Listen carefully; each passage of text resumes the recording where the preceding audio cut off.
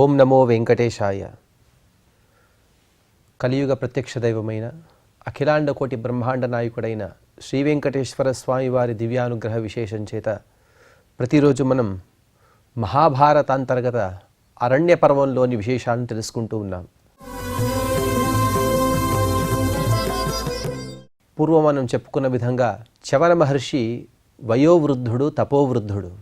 అటువంటి చవన మహర్షికి తన కుమార్తె అయినటువంటి సుకన్యునిచ్చి వివాహం చేసిన శర్యాతి రాజు తన రాజ్యానికి వెళ్ళిపోగా అశ్విని దేవతల యొక్క అనుగ్రహ విశేషం చేత చవన మహర్షికి మరొకసారి యవ్వనం ప్రాప్తించింది. తర్వాత జరిగినటువంటి కథను మనం తెలుసుకుంటున్నాము. ఆ కథలో భాగంగా మంగళ శ్లోకాన్ని మనం చెబుతూ ఇప్పుడు ప్రవచన కార్యక్రమాన్ని ప్రారంభించుకుందాం.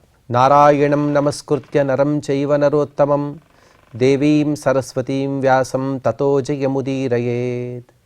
చవన మహర్షి యొక్క యజ్ఞానికి ఉద్దేశం ఏంటి అంటే అశ్విని దేవతలకు సోమరసాన్ని అందించడం. ఇంతవరకు కూడా సోమపానానికి వారు అర్హులు కారు. అందుకోసం దేవేంద్రుడి యొక్క సంకల్పం చేత దేవేంద్రుడు ఆపిన విధంగా వారికి సోమపానానికి అర్హత లేదు. ఇక వారికి సోమపానాన్ని అందించాలి ఒక సంకల్పంతో చవన మహర్షి యజ్ఞాన్ని ఆచరించే సమయంలో ఇక సోమపాత్రను వారికి అందించే సందర్భంలో కూడా సాక్షాత్తుగా దేవేంద్రుడే వచ్చి చవన మహర్షిని ఆపాడు. ఆపినా కూడా చవన మహర్షి తమ సంకల్ప బలం చేత దేవేంద్రుని యొక్క బాహువులను స్తంభింపజేసి అతను వజ్రాయుధాన్ని ప్రహారం చేయకుండా ఆపిన తర్వాత ఇక దేవేంద్రుని సంహరించాలి అని ఒక సంకల్పంతో చవన మహర్షి మదము అనే ఒక పేరు గల కృత్యాన్ని ఒక నిర్మాణం చేశారు. కృత్యం ఉంటే అది ఒక విచిత్రమైనటువంటి వస్తువుగా మనం పేర్కొనవచ్చు. దానికి విచిత్రమైనటువంటి శక్తి సామర్థ్యాలు ఉంటాయి. అందులో కూడా నాశనం చేసేటువంటి ఒక సంకల్పంతో అది జన్మించింది కాబట్టి ఆ కృత్యాన్ని వివరణ ఈ లోమశ మహర్షి మనకు ఇక్కడ అందిస్తూ ఉన్నారు. శరీరం యస్య నిర్దేష్టం అశక్యంతు సురాసురైః తస్యాస్యమభవద్ఘోరం తీక్ష్ణాగ్ర దశనం మహత్. ఆ కృత్యం ఏదైతే మదం అనే పేరు గల కృత్యం ఏదైతే ఉందో దాన్ని శరీర కొలతను మనం నిర్దేశించడానికి అశక్యము. అంత పెద్దదైనటువంటి శరీరాన్ని కలిగి ఉన్న కృత్యం అది. అందులోనూ కూడా దాని మొహం, అందులోనూ దాని నోరు, ఆ నోటి యొక్క కొలతను మనము చెప్పలేము. ఎందుకంటే తీక్ష్ణాగ్ర దశనం హత్. మనం కొలత తీసుకోవాలంటే దాని దగ్గరికి వెళ్ళాలి కదండి. దాని పళ్ళు, దంతాలన్నీ కూడా చాలా తీక్ష్ణంగా ఉన్నాయి. అంత పెద్దదైనటువంటి నోరును కలిగి ఉన్నది. హనురేకా స్థితాత్వస్య భూమావేకా దివంగత చతస్రశ్చాయతాదంష్ట్రాః యోజనానాం శతం శతం. హనుహు అంటే నోరు. ఈ భాగాన్ని హనుహు అని అంటారు. అందుకే ఆంజనేయ స్వామి వారిని సుందరమైన హనువు కలిగిన వాడు అని అంటారు. హనుహు అస్యాస్తి హనుమానని మనం రామాయణంలో విని ఉంటాం. ఈ మదమనే పేరు గల ఆ కృత్యానికి, కృత్యమునంటే మనం ఇక్కడ రాక్షసుడిగా పేర్కొనవచ్చు. ఆ రాక్షసుడికి ఉన్నటువంటి నోటి భాగం ఏదైతే ఉందో అది చాలా పెద్దది. ఎంత పెద్దది అంటే నోరు తెరిచి ఉన్నదట. ఆ మధ్య భాగంలో మొత్తం కూడా ప్రపంచమంతా నిండిపోయింది. ఒక భాగం భూమిపైన ఉంటే ఇంకొక భాగం ఇలా తీసి ఉన్నది. ఆ తీసి ఉన్న దీని మధ్యలో అన్ని లోకాలన్నీ కూడా ఇమిడి ఉన్నాయి. అంత పెద్దదైనటువంటి హనుభాగాన్ని అనగా నోటిని కలిగి ఉన్నది. అందులోనూ చతస్రశ్చాయతాదంష్ట్రాః 4 కోరపళ్ళు ఉంటాయి. సామాన్యంగా మనకు కూడా కోరపళ్ళు ఉంటాయి. అవి కాస్త బయటికి కనబడవు. ఆ కోరపళ్ళు 4 ఉన్నాయి. ఒక్కొక్క కోరపళ్ళు కూడా ఆ యోజనానాం శతం శతం. ఒక్కొక్క కోరపన్ను కూడా 100 యోజనాల కొలతతో ఉన్నాయట. ఒక పన్నే అనగా ఒక దంతమే 100 యోజనాలు ఉంటే ఇక దాని నోరు ఎంత ఉండొచ్చు, దాని మొహం ఎంత ఉండొచ్చు, దాని శరీరం ఎంత ఉండొచ్చు. మనం దీని ద్వారానే మదమనే ఆ కృత్యం యొక్క శరీరాన్ని కొలతను మనం అందాజు వేసుకోవచ్చు. ఒక్కొక్క కోరపన్ను కూడా 100 యోజనాలు ఉన్నదయ్యా ధర్మరాజా. అటువంటి ఘోరమైనటువంటి కృత్యాన్ని చవన మహర్షి తమ తపస్సు చేత సృష్టించారు.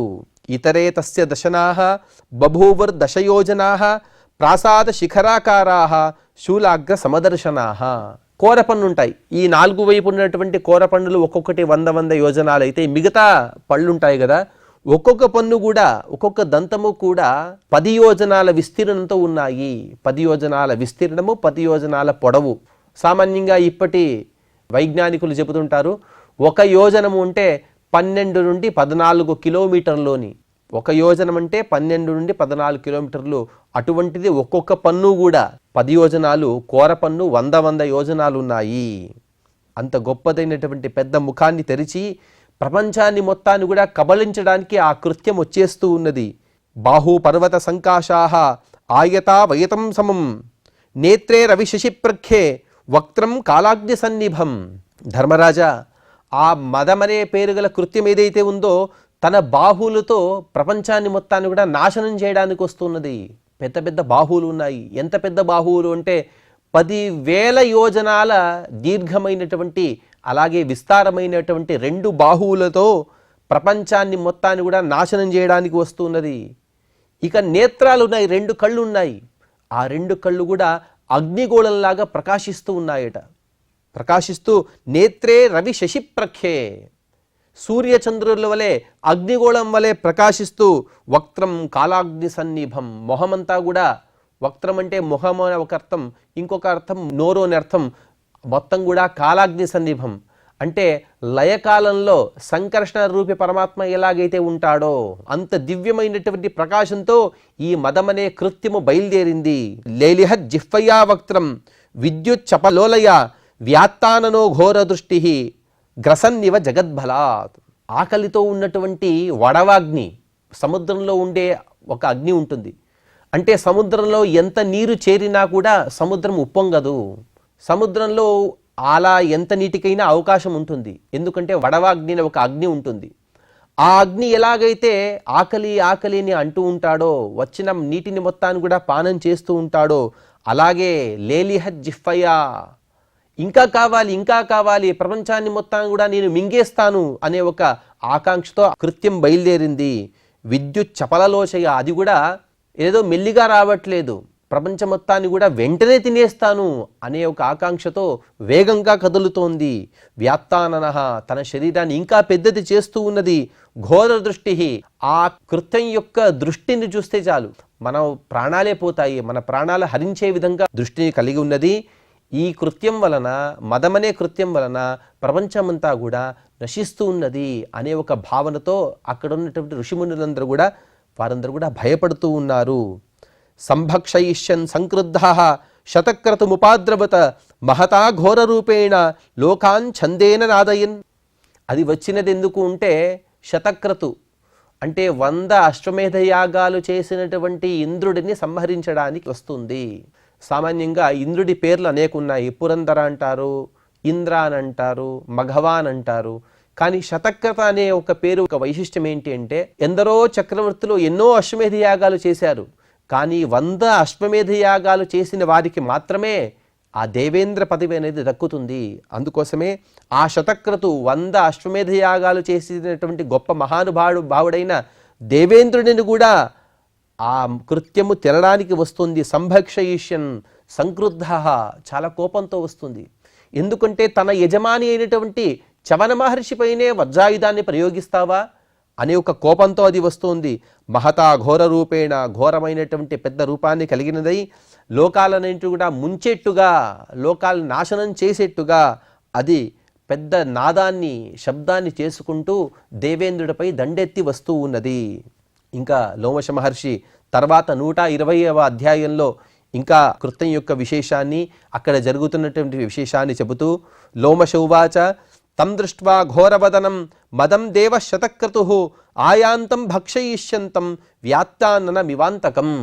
ఆ కృత్యాన్ని చూసిన వెంటనే శతక్రతు 100 అశ్వమేధ యాగాలు చేసినటువంటి దేవేంద్రుడు కూడా భయపడిపోయాడు. ఎందుకంటే తననే తినడానికి వస్తోంది, పెద్ద ముఖాన్ని కలిగి ఉన్నది. అలాగే అంతకం, సామాన్యంగా మనల్ని అంతం చేయడానికి యమధర్మరాజుల వారు వస్తూ ఉంటారు. కానీ దేవేంద్రుడికి కూడా యమధర్మరాజుగా అది వస్తోందట. అంటే దేవేంద్రుడి యొక్క ప్రాణాల్ని హరించడానికే వస్తున్నటువంటి ఆ కృత్యాన్ని చూసి భయపడిన ఆ దేవేంద్రుడు భయాత్ సంస్తంభిత భుజః సృక్విణీ లిలిహన్ముహుః తతోబ్రవీద్దేవరాజః చవనం భయపీడితః. ఇంకొక విచిత్రమైనటువంటి సందర్భం ఏంటి అంటే, 3 లోకాలకు అధిపతి అయినటువంటి దేవేంద్రుడికి అపారమైనటువంటి శక్తి సంపదలు ఉన్నాయి. చాలా శక్తి సంపదలు కలిగిన వాడు. అందులోనూ వజ్రాయుధాన్ని ప్రయోగం చేసేటువంటి గొప్ప సామర్థ్యం కలిగిన వాడు దేవేంద్రుడు. అతని బలమేంటి అంటే 33 కోట్ల దేవతలు, దేవతలకే అధిపతి. కానీ అతని శరీరం మొత్తం కూడా స్తంభించిపోయింది. అటువంటి స్తంభింపబడిన శరీరం కలిగిన ఆ దేవేంద్రుడు సృక్విణి లిలిహన్ముహు, ఇక ఏం చెయ్యాలో తోచట్లేదు. నోటి నుండి ద్రవం అలాగే కారుతున్నది. అటువంటి భయపడిన సందర్భంలో చవన మహర్షి గురించి గట్టిగా మాట్లాడట. అబ్రవీత్ అని ఇక్కడ చెప్పారు. అబ్రవీత్ అంటే పలికాడు, పలకడం మాత్రం గట్టిగా అరుస్తూ ఉన్నాడు. భయంతో అరుస్తూ సోమార్హ వశ్వినో ఏతో అద్య ప్రభుతి భార్గవ భవిష్యత సత్యమేతత్ వచో విప్ర ప్రసీదమే. హే విప్ర, హే జ్ఞాని, హే బ్రాహ్మణోత్తమ, ప్రసీద, నా యందు సంతుష్ట అవ్వబయ్యా. నా పైన ఉన్నటువంటి కోపాన్ని తొలగించు, నా పైన కోపగించుకోవద్దు. ఎందుకు అంటే నీవు ఈ యజ్ఞాన్ని ప్రారంభించింది ఎందుకు అంటే అశ్వినీ దేవతలకు సోమరసాన్ని అందించడం కోసం. ఇకపైన అశ్వినీ దేవతలు సోమపానానికి అర్హులుగా నేను ప్రకటిస్తూ ఉన్నాను. అద్యప్రభృతి, ఈ రోజు నుండి వారికి సోమరసాన్ని పానం చేసేటువంటి యోగ్యత ఉంటుంది. భవిష్యత ఏదో ఈరోజు చెప్పేశాను రేపు లేకుండా పోతుంది అని కాదు. భవిష్యత్ కాలంలో కూడా వారికి ప్రతి యజ్ఞంలో కూడా ఆహుతులు అనేవి ఉంటాయి. వారికి సోమపానాన్ని కూడా అందరూ అందిస్తారు. నా మాట సత్యము, నా మాట సత్యము, నేను సత్యమే పలుకుతున్నాను. నేను సాక్షాత్తుగా దేవేంద్రుడిని. అంటే మనం ఏదైనా ఒక మాటని చెప్పేటప్పుడు అగ్రిమెంట్ అని అంటూ ఉంటాం కదా, అటువంటి మాటలను దేవేంద్రుడు చెబుతూ ఉన్నాడు. నతే మిథ్యా సమారంభః భవత్వేష పరోవిధి జానామి చాహం విప్రర్షే నమిథ్యాత్వం కరిష్యసి. ఏదో అప్పుడేదో ఒక సందర్భం వచ్చింది, కాస్త అలా ఒక రెండు మాటలు చెప్తే అయిపోయే పని కాదు. ఇక్కడ ఆ మహర్షిని కాస్త స్తోత్రం చేయాలి. ఆ మహర్షి యొక్క తపోబలాన్ని కూడా పొగుడుతూ ఉన్నారు. పొగుడుతూ నతే మిథ్యా సమారంభః, చవన మహర్షి మీరు ఏదైనా కార్యాన్ని ఆరంభిస్తే నమిథ్యా, అది తప్పుగా అయిపోదు, అది సగంలోనే ఆగిపోదు, అది ఖచ్చితంగా కూడా సంపూర్ణమవుతుంది. భవత్వేష పరోవిధి, మీరు తలబెట్టిన కార్యక్రమం అనేది సంపూర్ణంగా ఖచ్చితంగా అవుతుంది. జానామి చాహం విప్రర్షే, మీ శక్తియుక్తులు నాకు తెలుసు. నమిథ్యాత్వం కరిష్యసి, మీరు ఎప్పుడు కూడా అబద్ధమైనటువంటి పనులు, అసంబద్ధమైనటువంటి పనులు మీరు ఆచరించరు అని ఆ మహర్షి యొక్క ఔన్నత్యాన్ని, ఆ మహర్షి యొక్క తపోబలాన్ని స్తోత్రం చేస్తూ ఉన్నాడు దేవేంద్రుడు. సోమారహ విశ్వినావేతౌ యథావాద్య కృతాత్వయ భూయేవతు మే వీర్యం ప్రకాశేదేతి భార్గవ. ఈ శ్లోకంలో ఒక వరాన్ని, ఒక ప్రార్థనను చేస్తూ ఉన్నాడు దేవేంద్రుడు. మొట్టమొదటిగా వరం ఏమిటంటే ఇంతకు ముందు చెప్పిన మాటనే వరంగా చెబుతున్నాడు. ఇప్పుడు సోమార్హౌ అశ్వినౌ ఏతౌ, ఇంతకు ముందు లేనటువంటి సోమపానం యొక్క అర్హతని ఈ అశ్విని దేవతలకు నేను ప్రసాదిస్తున్నాను. అలాగే భూయేవతు మే వీర్యం ప్రకాశత ఏతి భార్గవ, ప్రకాశేత్ ఇది భార్గవ. హే భార్గవ, భృగుకలంలో జన్మించినటువంటి హే చవన మహర్షి, ఇంతకుముందు నాకు ఏవైతే శక్తులున్నాయో ఆ శక్తులు నాకు ఉన్నట్టుగా మీరు వరాన్ని ప్రసాదించండి. వాస్తవంగా ఈ వాక్యం యొక్క అర్థం చూస్తే నాకు నా శక్తియుక్తులు వచ్చేయని అంత మాత్రమే ఉంటుంది. కానీ కాస్త లోతుగా దీని యొక్క అర్థాన్ని మనం తెలుసుకుంటే, ఎందుకంటే ఇప్పుడు ఆ దేవేంద్రుని యొక్క శక్తులన్నీ కూడా స్తంభించిపోయాయి. ఏదో తను కోరుకుంటే వచ్చేటువంటి సందర్భం కాదు. చవన మహర్షి యొక్క అనుగ్రహం చేత మాత్రమే అతని శక్తులు మళ్ళీ వస్తాయి. కాబట్టి ఆ చవన మహర్షిని ప్రార్థిస్తూ ఉన్నాడు దేవేంద్రుడు. భూయేవతు మే వీర్యం ప్రకాశేత్, ఇంకొకసారి నా శక్తులన్నీ కూడా నాకే దక్కాలి, అలా మీరు నన్ను అనుగ్రహించండి అని దేవేంద్రుడు ప్రార్థించాడు. ప్రార్థించి ఇంకొక చాలా ముఖ్యమైనటువంటి మాట, అంటే ఇంతదాకా కూడా ఆ సుకన్య వృత్తాంతం ఎక్కడి నుంచి అయితే ఆరంభమైందో ఇంతదాకా కూడా జరిగిన మొత్తం వృత్తాంతాన్ని కూడా ఎందుకు ఈ వృత్తాంతం జరిగింది అనే విషయాన్ని దేవేంద్రుడు చాలా సుందరంగా చెబుతున్నాడు. సుకన్యాయా పితుశ్చాస్య లోకే కీర్తి ప్రథేదితి అతోమయేతద్ విహితం తవ వీర్య ప్రకాశనం. ఏదో శర్యాతి మహారాజు చవన మహర్షి యొక్క ఆశ్రమానికి రావడం, సుకన్య ఒక చిన్న అపరాధాన్ని చేయడం, వారిద్దరికి అనగా సుకన్యకు చవనుడికి వివాహం జరగడం, అశ్విని దేవతలు రావడం, వీరికి యవ్వనాన్ని ప్రసాదించడం, అశ్విని దేవతలకు సోమరసాన్ని అందించడం కోసం యజ్ఞం చేయడం, అక్కడికి దేవేంద్రుడు రావడం, వారిని ఆపడం, కృత్యాన్ని నిర్మించడం, ఇదంతా కూడా ఎందుకు జరిగింది తెలుసా చవన మహర్షి? సుకన్యాయాః పితుశ్చాస్య లోకే కీర్తి ప్రతేదితి. ఎంత గొప్పవారు యయాతి మహారాజు గారు. యయాతి మహారాజు యొక్క కుమారుడు. ఆ యయాతి మహారాజు కుమారుడైనటువంటి శర్యాతి యొక్క కీర్తి ప్రపంచం మొత్తం కూడా వ్యాపించాలి. అలాగే సుకన్యాయాశ్చ, సుకన్య యొక్క పాతివ్రత్యం ఏమనేది తెలియాలి ప్రపంచానికి. చూడండి ఎంత క్లిష్టమైనటువంటి కాలం సుకన్యకు. తను చిన్న వయసులో ఉన్నది, వయసులో పెద్దవాడైనటువంటి భర్త, కానీ ఎక్కడ కూడా ఎటువంటి అసమాధానం లేక ఈసడింపు అనేది లేకుండా భర్తను చక్కగా సేవించింది. సేవించిన తర్వాత గొప్ప పరీక్ష ఏమంటే ఏకప్రకారమైనటువంటి ఆభరణాలు ధరించిన, ఒకే రకమైనటువంటి శరీరాలు కలిగిన, 3 రూపాలుగా తన భర్త ఇంకొక ఇద్దరితో కలిసి వచ్చినా కూడా వారి ముగ్గురులో కూడా తన భర్తను సరిగ్గా ఎన్నుకుని ఇతడే నా భర్త అనే ఆ పోటీలో కూడా తను గెలిచినది. అటువంటి గొప్ప పాతివ్రత్యాన్ని కలిగిన సుకన్య యొక్క కీర్తి దశ దిశలా కూడా వ్యాపించాలి అనే ఒక ఉద్దేశంతో నేను ఇదంతా కూడా చేశాను. అతోమయైతద్విహితం విహితం తవ వీర్య ప్రకాశనం. వారిద్దరికీ అయిపోయింది, అనగా శర్యాతి మహారాజుకు అలాగే సుకన్య యొక్క కీర్తి. ఇంత మాత్రం కాదు, మీరంతా తపస్సంపన్నులు, అది కూడా చూపించాలి కదా. అందుకోసం నే ఇదంతా కూడా చేశాను. అది తప్ప అశ్విని దేవతలకు వారికి సోమరసాన్ని అందించకూడదు అనే ఎటువంటి భావన నాకు లేదు. అంటే ఈ విషయాన్ని ఇక్కడ ఎందుకు ఇంద్రుడు స్పష్టంగా చెబుతున్నాడు అంటే, ఇంతకు ముందు ఇంద్రుడు ఒక మాట అన్నాడు, కర్మకరవు అని అన్నాడు. కర్మకరవు అంటే అశ్విని దేవతలు వీరిద్దరు కూడా దేవతల వైద్యులు, చెప్పిన పని చేసేవాళ్ళు, వారికి సోమపానాన్ని చేసేటువంటి అర్హత లేదు అని చెప్పేశాడు. కానీ ఇక్కడ చెబుతున్నాడు వారి ఇద్దరికి కూడా అర్హత ఉన్నది, కానీ వీరందరి శక్తి సామర్థ్యాలు ఇక్కడ తెలియాలి అని ఒక సత్సంకల్పంతో నేను ఈ మొత్తం వృత్తాంతాన్ని కూడా నడిపాను. తస్మాత్ ప్రసాదం కురుమే భవత్వేవం యథేచ్ఛసి ఏవముక్తస్య చక్రేణ భార్గవస్య మహాత్మనః. హే చవన మహర్షి, నాపైన నీవు అనుగ్రహించు, నన్ను నీవు అనుగ్రహించు అని గట్టిగా ప్రార్థించాడు. ప్రార్థించిన తర్వాత గొప్ప తపస్సంపన్నుడైనటువంటి ఆ మహర్షి యొక్క అనుగ్రహం చేత సమన్యుర్ వ్యగవచ్చీఘ్రం ముమోచ పురందరం మదం చ వ్యభజద్రాజన్ పానే స్త్రీషు చ వీర్యవాన్. ఇంతదాకా కూడా ఆ మదం అనేది వచ్చింది. ఆ మదాన్ని చవన మహర్షి గారు ఆపేశారు. ఎవరికి ఎటువంటి ఉపద్రవం జరగకుండా, లోకంలో కించిత్తు కూడా ఎక్కడ ఏది కూడా ఉపద్రవం జరగలేదు, నాశనం జరగలేదు, అలా మదాన్ని ఆపి చవన మహర్షికి కూడా కోపం కూడా శాంతించినది.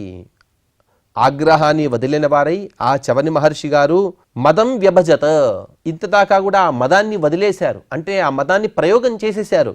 ఇక ఆ మదాన్ని ఎక్కడో చోట పంపాలి కదా, అందుకోసం 4 చోట్ల ఆ మదాన్ని పంపించారట. మొట్టమొదటిగా సురాపానం. ఎక్కడైతే సురాపానం ఉంటుందో అక్కడ వారు మదాన్ని పొందుతారు. ఏదో నీటిని తాగినా లేకపోతే ఏదో పానీయాదులు మనం స్వీకరిస్తూ ఉంటాం, కానీ మదం అనేది అక్కడే సురాపానంలో ఎందుకు వస్తుందంటే, ఈ మదం అనే ఒక కృత్యం ఏదైతే ఉందో ఇది తన అంశతో ఆ సురాపానంలో ఉంటుంది. అలాగే స్త్రీ వ్యసన పరులై ఉంటారు కొందరు. ఎన్నోసార్లు స్త్రీ వ్యసన పరులై తమ ఆస్తిని మొత్తాన్ని కూడా కోల్పోయి అక్కడ ఒక చిత్త విభ్రమంతో అక్కడ ప్రవర్తిస్తూ ఉంటారు. ఎందుకుంటే ఈ మదం యొక్క అంశం, ఇంకొక అంశం ఆ స్త్రీ వ్యసన పరుల్లో ఉంటుంది. 3వది ద్యూతం. మహాభారతం యొక్క సభాపర్వంలోనే మనం చూసుకున్నాం. ద్యూతంలో ఒకసారి ద్యూతాన్ని ప్రారంభించిన వారికి ఒక రకమైనటువంటి మదం, ఇంకా గెలుద్దాం, లేకపోతే ఓడిపోతూ ఉన్నా కూడా ఇంకొక అవకాశం ఉంటుందేమో అనే ఒక మదాన్ని అక్కడ మనం పొందుతూ ఉంటాం. కాబట్టి ఈ మదం అనేటువంటి కృత్యం ఏదైతే ఉందో ఆ కృత్యం యొక్క ఒక భాగం అక్కడ కూడా ఉంటుంది. అలాగే వేట.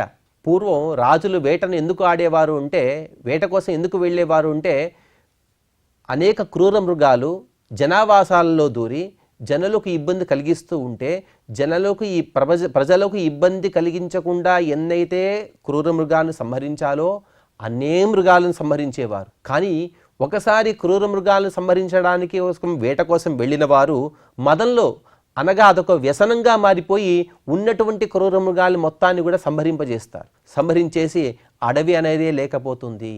తద్వారా వర్షాలు కురవు, తద్వారా క్షామము, ప్రపంచం మొత్తం కూడా అల్లకల్లోలమైపోతుంది. ఈ విధంగా 4 స్థలాలలో, ఒకటి సురాపానము, 2వది స్త్రీ వ్యసనము, 3వది ద్యూతము, 4వది వేట.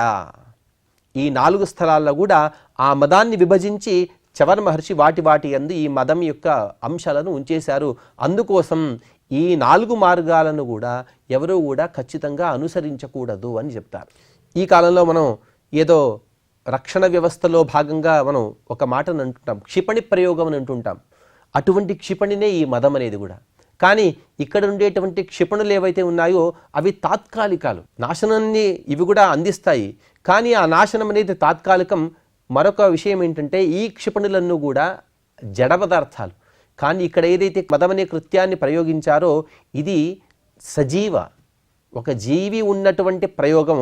ఈ ప్రయోగం ద్వారా ఇంత ప్రపంచం మొత్తం కూడా నాశనమయ్యే ప్రసంగం ఉంది. కాబట్టి ఈ 4 వ్యసనాల్ని ఎవరు కూడా పొందకూడదు అని చెబుతూ తదామదం వినిక్షిప్య శక్రం సంతర్ప్య చేందున అశ్విభ్యాం సహితాన్ దేవాన్ యాజయిత్వాచ తం నృపం. అటువంటి మదాన్ని ఎప్పుడైతే శాంతింపజేశారో అప్పుడు శక్రం సంతర్ప్య చేందున ఇంద్రునికి చంద్రుని ద్వారా తృప్తిని చెందించారు అని ఈ వాక్యం యొక్క అర్థం. ఇక్కడ మనం అర్థాన్ని ఎలా తెలుసుకోవాలంటే ఇందు అంటే సోముడు, సోముడు అంటే సోమరసము అని అర్థం. అంటే యజ్ఞం జరుగుతోంది, ఆ యజ్ఞం జరిగే సందర్భంలో దేవతలకు అత్యంత ప్రీతికరమైనది అంటే సోమరసము. అటువంటి సోమరసాన్ని దేవేంద్రుడికి కూడా యథేచ్ఛగా సమర్పించిన వారి అశ్విని దేవతలకి, అలాగే అక్కడ వచ్చినటువంటి దేవతలందరికీ కూడా ఋషులకు మునులకు వారి వారి యోగ్యత తగ్గట్టుగా వారి వారికి ఇవ్వవలసిన పదార్థాలను ఇచ్చినటువంటి చవన మహర్షి గారు, అలాగే శర్యాతి మహారాజు, వీరు ఆ యజ్ఞాన్ని గొప్పగా నిర్వహించారు. విఖ్యాప్య వీర్యం లోకేషు సర్వేషు వదతాం వరః సుకన్యయా సహారణ్యే విజహార అనుకూలయా. యజ్ఞాన్ని నిర్వహించినటువంటి యజమానిగా శర్యాతి మహారాజు, అతని కీర్తి ప్రపంచం మొత్తం కూడా వ్యాపించింది. అలాగే సుకన్యతో సహా చవన మహర్షి కూడా సుఖంగా ఆవనంలో నివసించారయ్యా.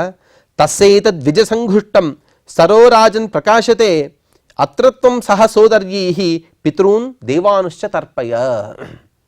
హే ధర్మరాజా, అటువంటి యజ్ఞాన్ని నిర్వహించినటువంటి దివ్యమైన ప్రదేశం ఇదే అని ఇక్కడ జరిగినటువంటి ఆ వృత్తాంతం జరిగినటువంటి సరోవరాన్ని లోమశ మహర్షి గారు చూపిస్తూ ద్విజ సంఘుష్టం, ద్విజ అంటే పక్షులు, అటువంటి పక్షుల యొక్క కిలకిల రావాలతో కూడినటువంటి సరోవరం ఏదైతే ఉన్నదో అదే ఈ సరోవరము. చాలా గొప్పగా ప్రకాశిస్తుందయ్యా.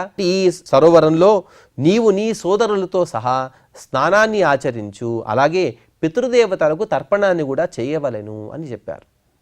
మనం ఏదే తీర్థక్షేత్రాలకు వెళ్ళినా కూడా ఆ తీర్థాల్లో స్నానం చేయడం ఎంతైతే నియమబద్ధమో అలాగే పితృదేవతలకు తర్పణాదులు చేయడం కూడా అంతే అత్యావశ్యకమైనటువంటి విధి. పితృతర్పణం అనేది ఖచ్చితంగా చేయవలసినదే. అందులోనూ చెబుతారు దేవతలకు, ఋషులకు, పితరులకు. ఇంకా చాలా ఉన్నాయి. యక్ష్మతర్పణం ఉంటారు, అలాగే మన వస్త్రాన్ని పిండటం అంటారు, మన శిఖ ఏదైతే ఉంటుందో శిఖతో నీటిని వదలడం అని అంటారు. ఇలా అనేక విధులు ఉన్నప్పటికీ కూడా అన్నిటికన్నా ముఖ్యమైనటువంటి తీర్థంలో మనం చేయవలసిన పని ఏదంటే పితృతర్పణము. అందుకోసం నీవటువంటి పితృతర్పణాన్ని ఇక్కడే సరిగ్గా చేయమని లోమశ మహర్షి గారు చెప్పారు. చెప్పిన తర్వాత ఏతదృష్ట్వా మహీపాల సికతాక్షాంచ భారత సైంధవారణ్యమాసాద్య కుల్యానాం కురు దర్శనం. అక్కడి నుండి బయలుదేరి ముందుకు వచ్చిన తర్వాత ఒక సికతాక్షము అనే ఒక ప్రదేశానికి వచ్చారట. సికతాక్షము అని ఎందుకు ఉంటారంటే అక్షము అంటే కన్ను అనగానే మన నయనేంద్రియం, ఆ నయనంలాగా సికతాలు అంటే ఇసుక పడి ఉన్నది. ఏ విధంగా నయనం కాస్త గుంతగా ఉంటుందో అలా అక్కడంతా కూడా గుంత ప్రదేశం, కానీ అదొక ఊబి అని చెబుతారు. ప్రాయశః మనం ఇప్పుడు అనుకునే విధంగా అయితే గుజరాత్ లేకపోతే రాజస్థాన్ దగ్గర ఒక ఎడారిలో ఉన్నటువంటి ఇసుక ఊబి దగ్గర వీరందరూ కూడా వెళ్ళారు. ప్రాంతాన్ని చూపిస్తూ లోమశ మహర్షి గారు ఏతదృష్ట్వా మహిపాల, చూడవయ్యా ఇక్కడ సికతాక్షములను చూడు. ఒకటి కాదు, రెండు కాదు, అనేక సికతాక్షాలు ఉన్నాయి గట అక్కడ. కానీ అవన్నీ కూడా విచిత్రంగా తీర్థాలు అని చెప్పారు. ఇక్కడ ఉన్నటువంటి విశేషాలను కూడా తెలుసుకో. అలాగే సైంధవారణ్యమాసాద్య కుల్యానాం కురు దర్శనం. సైంధవారణ్యానికి కూడా అనగా మొదట సికతాక్షానికి వెళ్ళి అక్కడి నుండి సైంధవారణ్యానికి తీసుకువెళ్ళి ఆ సైంధవారణ్యం యొక్క విశేషాలను లోమశ మహర్షి గారు ధర్మరాజాదులకు తెలుపుతున్నారు. ఆ సైంధవారణ్యాల యొక్క విశేషం ఏంటి అనే విషయాన్ని మనం తర్వాతి ప్రవచనంలో తెలుసుకునే ప్రయత్నం చేద్దాం. ఇక మనం క్షమా ప్రార్థనాదులను పలుకుతూ ఈ ప్రవచన కార్యక్రమాన్ని సంపూర్ణం చేసుకుందాం. యదక్షరపదభ్రష్టం మాత్రాహీనం చ యద్భవేత్ తత్సర్వం క్షమ్యతాం దేవ నారాయణ నమోస్తుతే. శ్రియః కాంతాయ కళ్యాణ నిధగే నిధగేర్థినాం శ్రీవేంకటనివాసాయ శ్రీనివాసాయ మంగళం.